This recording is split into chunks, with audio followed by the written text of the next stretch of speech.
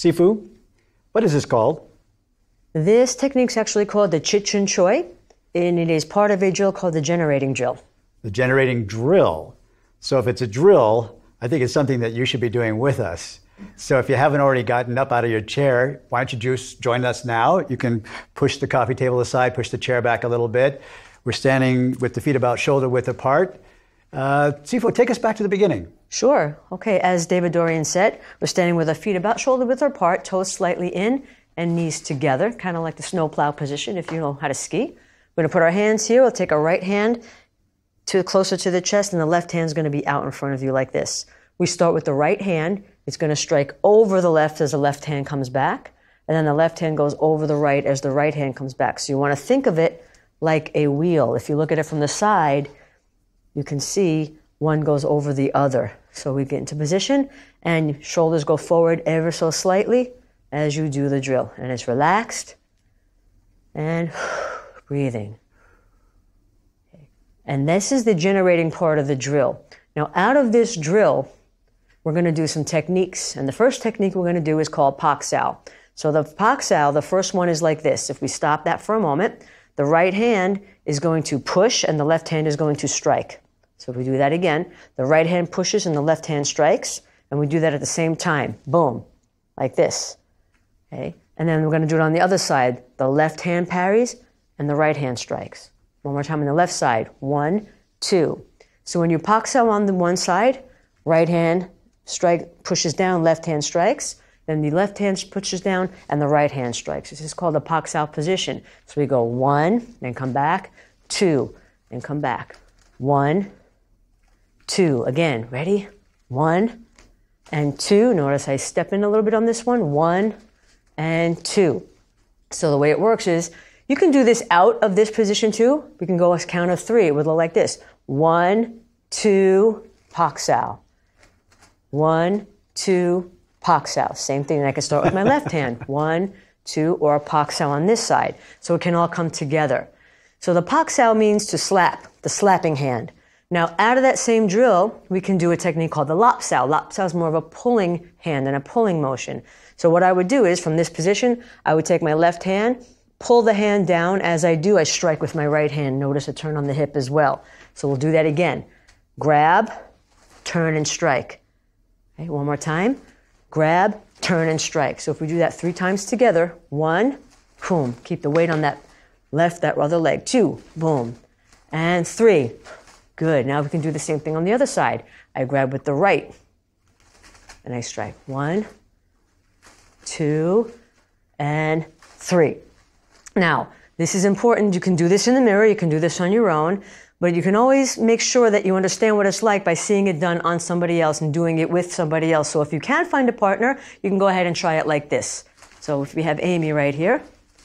Okay, Amy's going to start with the generating part. She's going to go like this, doing that Jeet Choi, one over the other. So she's going to start straight. And my job would be to go like this. So we start here. 1, 2, then we do that Pak Sao. Then 1, 2, Pak Sao. If you see it. 1, 2, Pak Sao. And 1, 2, Pak Sao. Now the other one will be the Lap Sao. 1, 2, as you saw before, pull and strike. 1, 2, pull and strike. 1, 2, pull and strike. 1, 2, and then we pull and we strike this way. It's the essence of the drill that we're working on. And then later on we go into takedowns and controls on the ground, and we'll do that a little bit later. Sifu, can we just do the basic generating drill with the Lap Sao and the Pak Sao one more time? I find myself getting confused, even though I've been doing, punching and martial arts for a long period of time. This is such a brand new technique for me. Absolutely. So we start here again. Pretend the punches are coming straight at you. So this time we're going to do the defensive motion. So I want everybody to do this with me, starting with this side. 1, 2, this hand does the Pak Sao, and then strike over the top. Let's do it again, same side. 1, 2, Pak Sao and hit. One more time, same side. 1, 2, Pak Sao and hit. And then you would do it on the other side as well. The Lap Sao would be the same, only we go 1, 2, but now the same hand that parried grabs and strikes with the right hand, okay? So we go like this. 1, 2, the same hand grabs and pulls, and then we hit with the right hand. So one more. 1, 2, grab, pull, and strike. Grab, pull, and strike. So these are another basic techniques, some of the more hallmark characteristics of the Jeet Kune Do style, and we're going to do more of that right now. It's surprising to me today sometimes to run into somebody who doesn't remember Bruce Lee. Because for everybody in my generation, all the martial artists that I know, Bruce Lee is the quintessential martial artist, the man who ushered in the golden age of Kung Fu and martial arts in America. Bruce Lee was born in Hong Kong in 1940 and eventually moved to the United States where, as time goes, he opens up his own martial arts school. In Hong Kong, as a young man, he studied a martial arts style known as Wing Chun. But by the time he comes to America and starts to teach on his own, he begins to have new thoughts. He begins to have a thought like, fights don't always follow the same patterns. All of the traditional styles, the traditional techniques, the forms, the practices that I've learned don't always work in real life. So is there a way to throw out the stuff that doesn't work and bring in only the stuff that does work? Moreover, could I even investigate other styles of martial arts, boxing, Western fencing, Muay Thai, those kinds of things? Seeking out other martial artists and picking their brains a little bit, observing what he could, and taking in all those different points to add to his fighting style. This is what became known as Jeet Kune Do, the way of the intercepting fist. Now, this is actually a revolution in martial arts, something that changed martial arts, particularly here in the West, forever. Because no longer were we tied to just doing the same thing, taking an individual and conforming them to the martial art. But now we were taking the martial art, or the approach to fighting, which is what Jeet Kune Do really is, and adapting it to the individual. There's never been a time that I don't think of Bruce Lee when I'm practicing my own martial arts.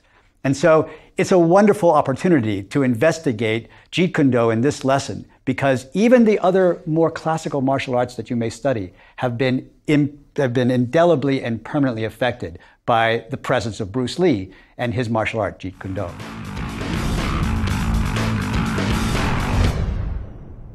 Feet together. Jin Fan Bao. You may. Jin Lai. So the generating drill that we were doing at the beginning of this lesson leads into a series of techniques known collectively as trapping, another characteristic of Jeet Kune Do. I think we should start with partner work with trapping. Absolutely. You can use Amy. Yes. And I'm going to step aside and watch. Okay. Thank you. Okay, so Amy's going to come here, and let's review quickly the generating drill that we did earlier. If you remember, we did the 1, 2, and this technique was called Pak Sao. We do it on the other side. 1, 2, and Pak Sao. Now, that looks all fine and pretty, but what the heck is it for? Well, I'm about to tell you what it's for. So now we're coming back to some of the basic trapping hands. So we're going to go here, left side forward, and this is what we call our starting position. This is called a reference point. How I get to this point is from this position. If you remember, dealing with different ranges and different distances, I start here and I step in and I go to punch. If I go to punch and she blocks, this puts us in our reference point. I now have an obstacle for striking. I need to remove it. So I Pak Sao, and it allows me straight access straight through to her face. In addition to that, I'm immobilizing her hand here. This is known as a hand immobilization attack. So if I come in, 1, I Pak Sao and I step in. This is our basic level trapping called Pak Sao. Now this is all based on energy. So if I go to strike and she blocks and I have what we call neutral energy, it's not going anywhere, then I can Pak Sao. If I do the same thing, but she gives me a forward energy, I'm going to borrow her energy. I'm going to adopt her energy and make it my own and Lap Sao into the technique. So as I do that, I move, boom, I shift my weight, I pull her into the strike. That's called Lap Sao. Lap Sao is to pull. Pak Sao is the slap hand.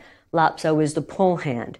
Now, we do the same thing. She jabs and I block, but now I'm getting energy that's crossing the center line, kind of like an outward block in karate. This time I would come under, again, borrowing her energy and strike this way, right? So that would mean I would come inside and pull and strike. Now the last one we're going to cover today is called the Ping Choi to Kwa Choi, the low to high. Let's say I go to strike low, but she blocks, like a downward block. Then I Pak Sao and come up high, again, immobilizing the hand. So those are the 4 basics that we cover in trapping. So we review one more time. This is called a reference point. 1, neutral energy. I step in. As I step in, I push her hand into her body. This hand continues to strike to the target. This is Pak Sao. If she strikes and I get that forward energy, I turn and I strike this way. This is called Lap Sao. Third way, she strikes and gives me this outward energy off center line. I grab underneath, step in. This is Loi Lap Sao. And the last one is low to high, Ping Choi. I step in, I trap the hand, and come with the back fist to the Quat Choi. So now, thank you. If we do this together, facing the mirror, again, is a great way to train. You have a partner when you don't really have a partner. So the first one we're going to do, we did before, is the Pak Sao, but now we're going to start from this position. What I want you to do is extend so that you're attached. As we step in, you push the hand striking down into the body, and this hand continues to move forward, again, in that diagonal fist. Right? So we do that one more time. We attach, step in, I strike with the hand straight into the body, and move forward. Again, I do not want to pull my hand back before I strike. When I do this, as I step in and remove, this hand continues to go. I do not want to pull back and move forward. So one more time, let's do this together. 1, attach, step, Pak Sao, and strike. Okay, one more time. We attach, we step, we Pak Sao, and strike into the body. Hey, let's do one more, because Lap Sao is a lot of fun. It's my favorite one. So we go here. Again, that punch is coming in. Now we have this position, but it's not neutral energy. It's moving forward, so you're kind of collapsing in. You want to borrow your opponent's energy. Take it. So I'm going to turn. I turn my hand, I grab the wrist. As I do that, I turn my body as I pull the hand to the hip, and I strike with the other hand right to the chin. So we go here. The punch is coming. We attach. I feel the energy. I turn the whole body, and strike as I pull to the hip. Okay, so let's do it here. 1, 2. Good. Again, attached, boom. And one more time. Attach, and then boom. These are some of our basic trapping when we go from the upstairs. So let's do this one more time, starting with the Pak Sao. We attach, we have neutral energy. I step in, I slap, and I strike this way. Now the Lap Sao, we attach, I get that forward energy. I pull, and I strike. So those are 2 of the basic 4 that you can practice on your own in the mirror to start with some of the trapping. Now from here, we're going to go into what we call compound trapping. Compound trapping means that we have the second barrier added. So when she strikes and I block, this is what we call the first barrier. It's the lead hand. Now when I Pak Sao, she's going to give me the second barrier. She's going to block my hand. This is the rear hand barrier. Now, I went to strike. I have this hand immobilized, but now she's got me here. So what I'm going to do is I'm going to lift my hand up, grab her hand, pull the trap, both her hands, and strike. So when we do it in real speed, when she comes here, 1, whoops, let's try that one again. So we start here, 1, 2. And you see, both her hands are trapped in this position, and now I can strike using the Chit Chin Choi that we've done earlier. So one more time. This one, I get neutral energy. This one crosses center line, so I Lap Sao it, and I strike in this position. This is called compound trapping. Pak Sao to Lap Sao. Now, if she gives me center energy on that rear hand, right, if I Pak Sao here, and she gives me straight energy, then I would come up and Pak Sao to the inside and strike this way. This is called compound trapping. Okay, so it's 2 barriers. 1, Pak Sao, and then Loi Pak.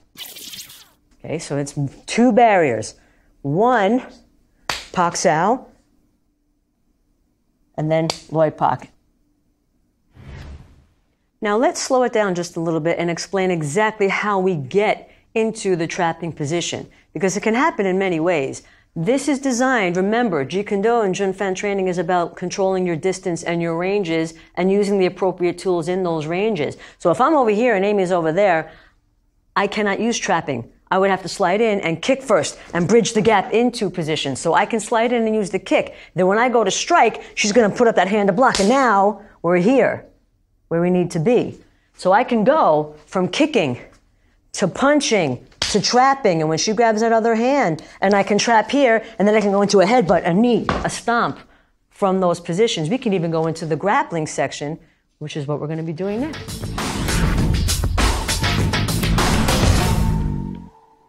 Now, let's get into it a little bit more. Here's where we have a lot of fun with this. So we're going to start here. Now, if you recall before, when we were doing the generating drill, we were doing our pak sao and lap sao. So Amy's going to give me the generating drill, and I'm going to do my lap sao position.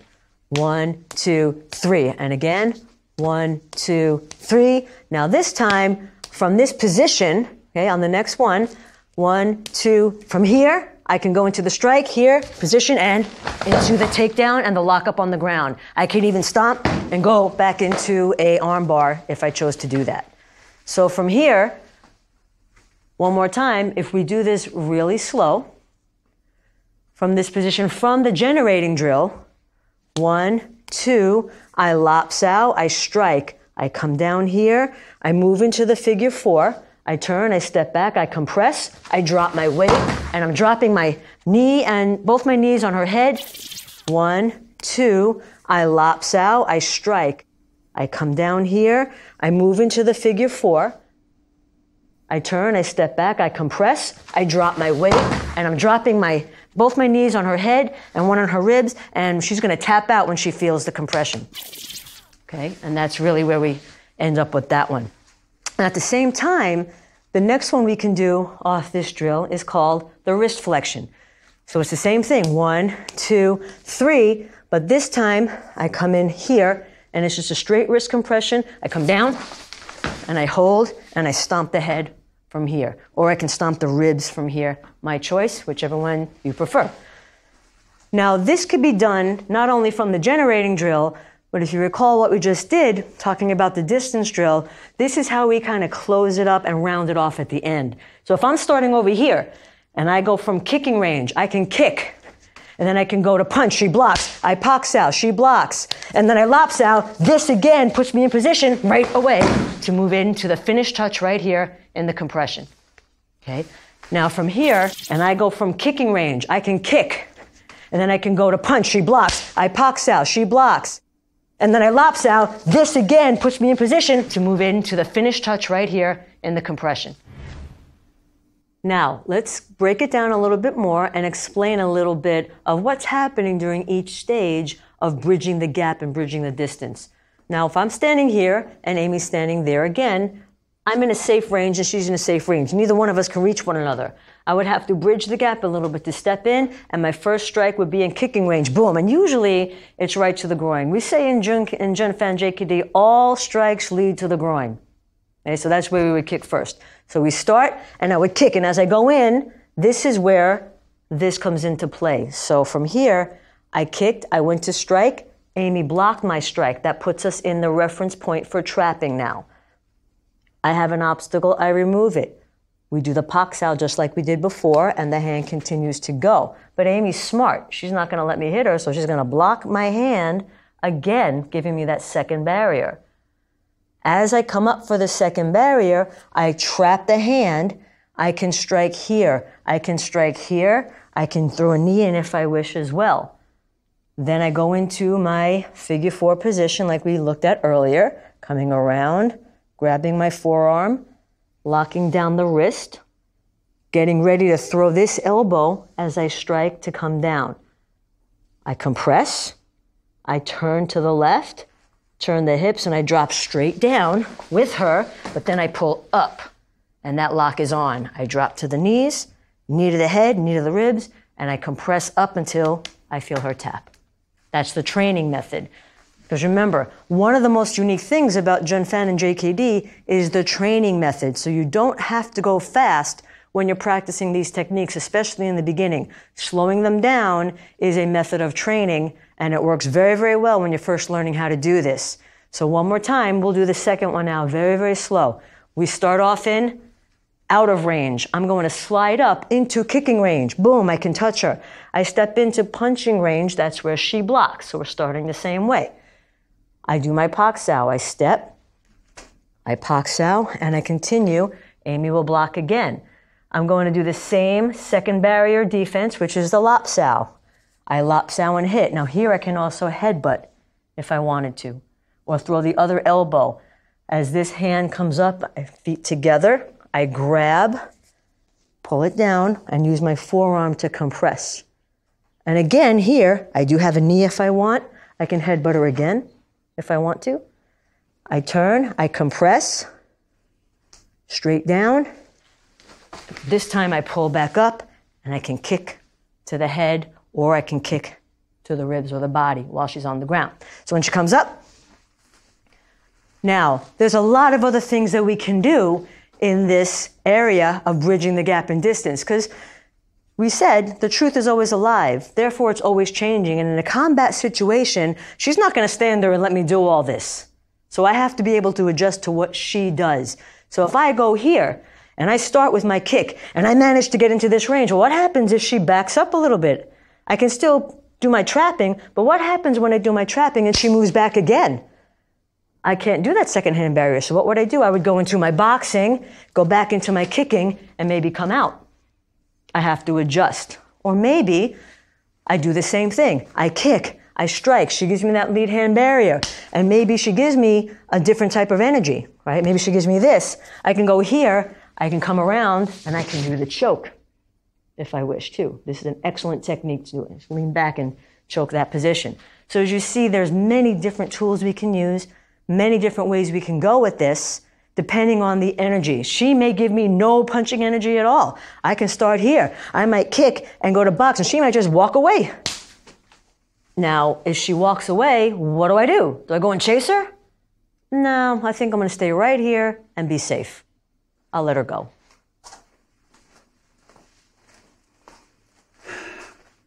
In a real fight, you never know what's going to happen. Somebody might come rushing at you with both fists pumping. Somebody might take a real sneaky approach. Somebody might walk away.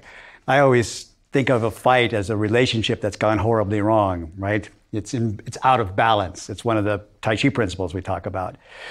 But in order to be able to get my relationship back into balance, I have to get back together with my partner, right? I can't just, stay outside the range. I have to do something to come back in a little bit. And for that, I need tons of different techniques, tons of different approaches. And I think this is like that characteristic of Jeet Kune Do. Absolutely. Again, JKD is to be able to adapt and adjust to what is coming at you or what is moving away from you. So the whole concept is, again, not a standardized method of technique or a standardized method of going from kicking to punching into close quarter into grappling, but to be able to feel the energy that's coming at you, respond to it, and use their energy appropriately to come out on top. So in other words, these drills, these step by step, here's the kick to close the distance, here's the trap, here's the takedown, is just one of many dozens of different possibilities. Correct. That's the training method. You must learn these techniques as part of the training method to understand what you can do and what you have to do. Again, we talk about the accumulation of knowledge and technique so that in JKD, we can now start to take away some of those techniques and remove the things that aren't working for you to reveal the true essence. And that is really the heart and soul of what JKD is all about, to be able to reveal what works for you, to be able to use that based on what you're getting from your opponent and come out on top and be the victor. And I think that's the brilliance of Bruce Lee. I agree. Yeah. Want to bow us out? Absolutely. Okay. And feet together. You may. Lie.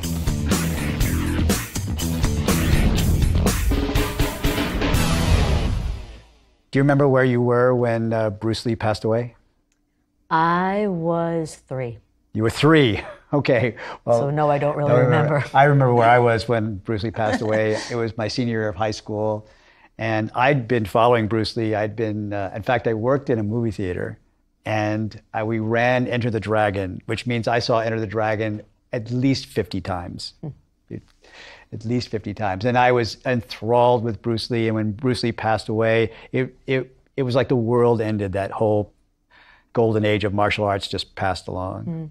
How have we kept Jeet Kune Do alive since Bruce Lee passed? I would have to say Bruce Lee had some students that he taught in his backyard primarily, a very private closed door group. And he had made very few instructors that passed the lineage down. He made actually 3 that he gave permission to pass the lineage through them. And Dan Inosanto was one of those 3. And that's your teacher? That is he's my husband's instructor. I am certified to work with Guru Inosanto through his instructors organization. I have trained with him for many years as well, primarily my husband's main instructor. So I think Bruce Lee's legacy has been kept alive by the people that he taught, by Guru Dan, a gentleman like Taki Komura, that he gave certifications to teach his way of the martial arts. And then it just grew, it just blossomed from there. You said that you had taken some Jeet Kune Do classes as well. Just seminars here or there. You know, I think as you're telling us, I'm thinking, gosh, it's really selective, honestly. It's not just spread out. So it's in little pockets here and there, but it's still alive. That's the main point. It is point. Still alive. Speaking of still alive, I want to talk about this. It's on my shirt here, it's on your shirt here. What is this? Tell me a little bit more. Well, it's the yin-yang. I think most people do know, and what the yin-yang symbol means is the opposites working together, light and dark, strength and weakness, these types of things. And so you have the balance there, yin and yang. The wording around the logo that you have on your shirt actually translates to having no way as way and using no limitation as limitation. Having no way as your way. I'm always reminded, I know because I followed Bruce Lee's history, a bit of his biography, that he was a student of philosophy and that he was very heavily influenced by some of the classic works of Chinese philosophy, like the Tao Te Ching. And this is almost a direct quote from the first chapter of the Tao Te Ching. It says that the way that can be known, in other words, written down, solidified, is not the way. So having no way as way is a reference back to the Tao Te Ching. Yes. There's one other thing in the Tao Te Ching that you've said so many times that really reminds me of that. Something about the elimination of technique. How does that go? It's a daily removing of things that don't work. Think of the sculptor. The sculptor's got a big block. And what does the sculptor do? He chips away at different angles. He chips away at the surrounding material to reveal the true essence of what the sculpt piece is. What it is in the inside. It's the same in the martial art. You take away the things that are not working for you to reveal your truth and to reveal your martial art. So once again, this applies far beyond the physical techniques, far beyond fighting. This is another reference to the Tao Te Ching. It's one of my favorite passages. It says, "In the pursuit of knowledge, every day something is added. But in the pursuit of wisdom, every day something's taken away." Cool. Hey, you guys want to play some more? Sure. All right, let's do it. Let's go. All right, who goes first? I think it's your turn. It's my turn. Okay, here we go. Join the rumble. Ready? Ready. Okay. Fantastic. And let's go. All right.